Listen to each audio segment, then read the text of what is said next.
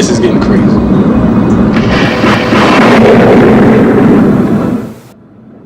Now I'm sorry, you know, this is how I look at it.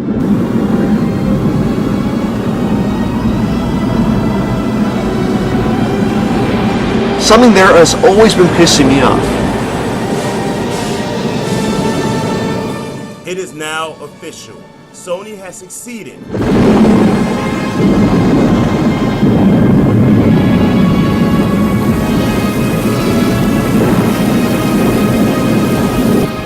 And how can this be? For he is the 7th level! That's all that matters. That is all that matters to us.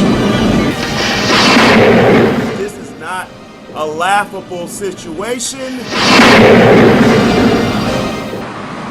Yeah, it was that bad.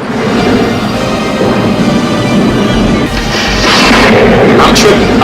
I'm tripping right now. That's the point.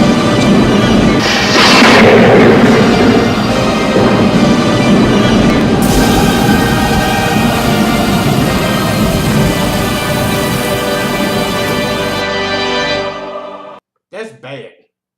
That's some bad shit.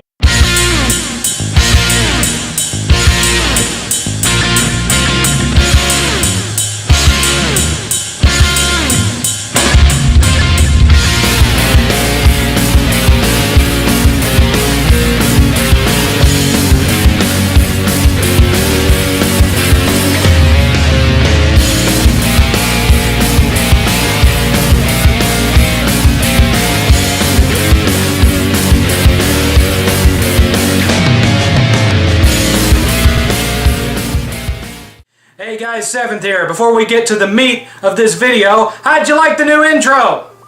How'd you like the new music on the new intro? That represents 6 months of work with me and my best friend, J.A. Allen, on guitar. If you want to hear the whole thing, it's at the end of the video. Shout out should also go to The Truth Setting You Free, aka The Truth Be Told Show. He's the one that made all the animated graphics and everything for that video. I think it really shows off what he can do. Don't you agree? I do have one more shout out to give. This one is long time coming. Real quick before we get into the meat. Hellhound 30X. Last Christmas I wanted to do something special for my kid 8th. He had a project at school where they had to create their own superhero. 8th came up with a character called Factor 5. He was this former scientist that got caught in an explosion, blah blah blah, and all of a sudden when he comes to, he can control tornadoes. Make big tornadoes fly through them, shoot them at people, all that kind of stuff. And knowing the talent that Hellhound has, I said, hey, would you be willing to draw a mock-up #1 cover for Factor 5? Thinking, you know, just a little thing. And, well, there's no other way to put it, really, so I'm just going to show it to you.